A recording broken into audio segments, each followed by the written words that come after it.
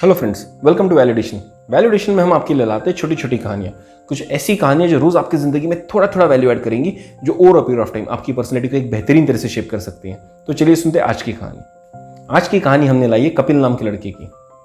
कपिल एक गरीब घर का लड़का था और उसको नौकरी की सख्त जरूरत थी। कपिल कोई खास पढ़ा लिखा नहीं था और उसके पास कोई खास डिग्रियां भी नहीं थी और बदलते हुए जमाने के ट्रेंड से भी बहुत दूर था। ऐसे में उसको लगा कि मुझे नौकरी कहाँ मिलेगी और वो दर बदर भटकने लगा और बहुत सारी कंपनीज में अप्लाई करने लगा। इसी दरमियान उसको पता चला कि एक एमएनसी कंपनी में फ्लोर क्लीनर की जॉब निकली है और कपिल ने वहां पर अप्लाई कर दिया। कपिल उस कंपनी में गया, इंटरव्यू दिया और इंटरव्यू होने के बाद में उस इंटरव्यूअर ने कपिल को कहा कि अगर आप इस कंपनी में काम करने के लिए तैयार हैं तो एज अ फ्लोर क्लीनर हम आपको दिन के 70 रुपये देंगे। कपिल बोला ठीक है, मुझे मंजूर है और मैं यहाँ काम करना पसंद करूंगा। तो वहाँ जो इंटरव्यूअर था उसने कपिल को पूछा कि ठीक है, आपका नाम बताओ। कपिल ने अपना नाम बताया। आपका एड्रेस बताओ। कपिल ने अपना एड्रेस बताया और बोला कि आपका ईमेल आईडी बताओ, आपका ऑफर लेटर हम आपको ईमेल कर देंगे। तो कपिल बोला मेरे पास ईमेल आईडी तो नहीं है, ये क्या होता है मुझे पता भी नहीं है। तो वो जो सामने बैठा हुआ आदमी था वो कपिल को कहता है तुम इतनी बड़ी कंपनी में काम करना चाहते हो और तुम्हारा एक ईमेल आईडी भी नहीं है, जाओ यहाँ से, हम तुमको काम नहीं दे सकते। उसको भगा दिया जाता है। कपिल को बाहर निकाल दिया जाता है और उसे वो जॉब नहीं मिलती। कपिल फिर कोशिश करता है कि उसको कहीं ना कहीं नौकरी मिल जाए, लेकिन उसको नौकरी नहीं मिलती। फाइनली एक दिन कपिल सब्जी मार्केट से पास हो रहा होता है तो देखता है कि वहाँ पर टमाटर रखे हुए हैं।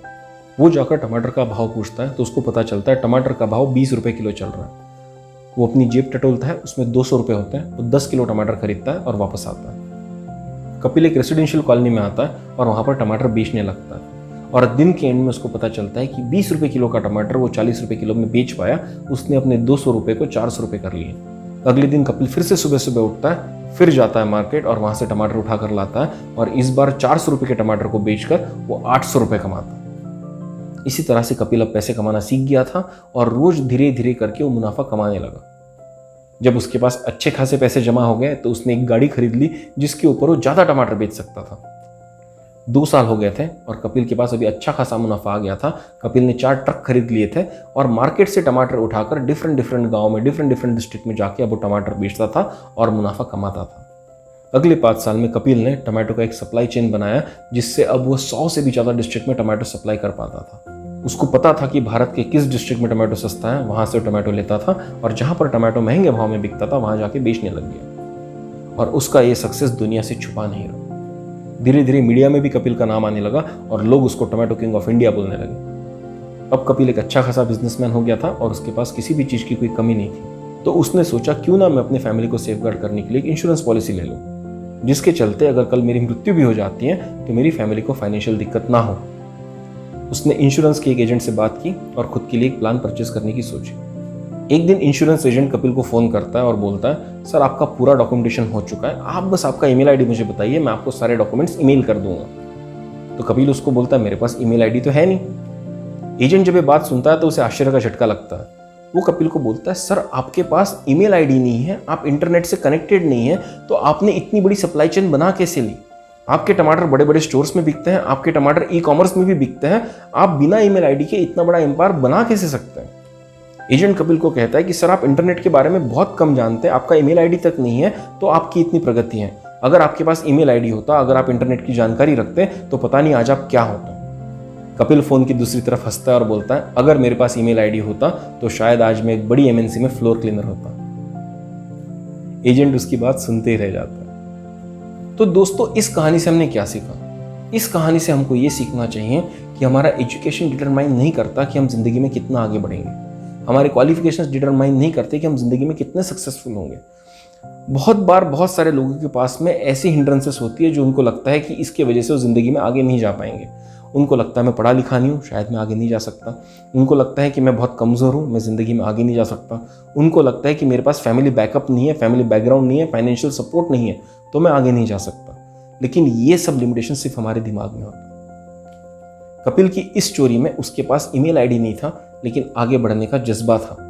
उसने खुद के साथ एक्सपेरिमेंट किया, उसने टमाटर बेचने की कोशिश की और जब उसको पता चला कि इस धंधे में प्रॉफिट मिल सकता है तो उसने और धंधे को बढ़ाने की सोची। उसने और अपना कमिटमेंट बढ़ाया, खुद का समय दिया और एक बहुत बड़ा बिजनेस एम्पायर बना। उसी तरह से इस दुनिया में ऐसे बहुत लोग हैं जिनको लगता है कि मैं शायद आगे नहीं बढ़ पाऊंगा क्योंकि मेरे पास कुछ एडवांटेजेस नहीं है। ऐसे लोगों को इस एग्जाम्पल से सीखने की ज़रूरत है कि अगर आप एक चीज़ पे फोकस करके आगे चलेंगे तो आपको उसमें सक्सेस पाने से कोई नहीं रोक सकता। कपिल ने टमाटर की बिजनेस को समझा, उसके डेप्थ में गया और उसको इतने बेहतरीन तरह से मास्टर किया कि फ्यूचर में जाके वो टमाटो किंग ऑफ इंडिया बन गया। उसी तरह से ज़िंदगी में दोस्तों हमको सिर्फ एक चीज़ को आइडेंटिफाई करना है जो हम बहुत अच्छे तरह से कर पाएंगे। उसमें हमको रिसर्च करनी है, उसमें हमको खुद को झोंक देना है और हर वो कोशिश करनी है जिससे हम आगे बढ़ सकें। अगर आप देखेंगे इस दुनिया में ऐसे एग्जाम्पल्स की कमी नहीं है जो बहुत कम पढ़े लिखे थे, जिनको कोई फैमिली सपोर्ट नहीं था, फिर भी बहुत आगे चले गए। अगर एक बहुत कॉमन एग्जांपल मैं आपको देना चाहूँ तो धीरू भाई अंबानी की स्टोरी सबने सुनी है। ना वो बहुत पढ़े लिखे थे, ना उनका फैमिली बैकग्राउंड था, फिर भी धीरू भाई अंबानी ने वो एम्पायर क्रिएट किया जो आज इंडिया की सबसे बड़ी कंपनी कहलाती है, रिलायंस। उसी तरह से हर फील्ड में आपको एग्जांपल मिल जाएंगे। अगर आप हमारे प्राइम मिनिस्टर श्री नरेंद्र मोदी को देखें तो उनके पास भी कोई फैमिली बैकग्राउंड नहीं है, उनके पास भी कोई हाई क्वालिफिकेशंस नहीं है, लेकिन उन्होंने जो अपने देश की तरफ कमिटमेंट रखा है, उन्होंने जो अपने पॉलिटिकल करियर की तरफ कमिटमेंट रखा है, इसके वजह से आज वो इस देश के प्रधानमंत्री भी है।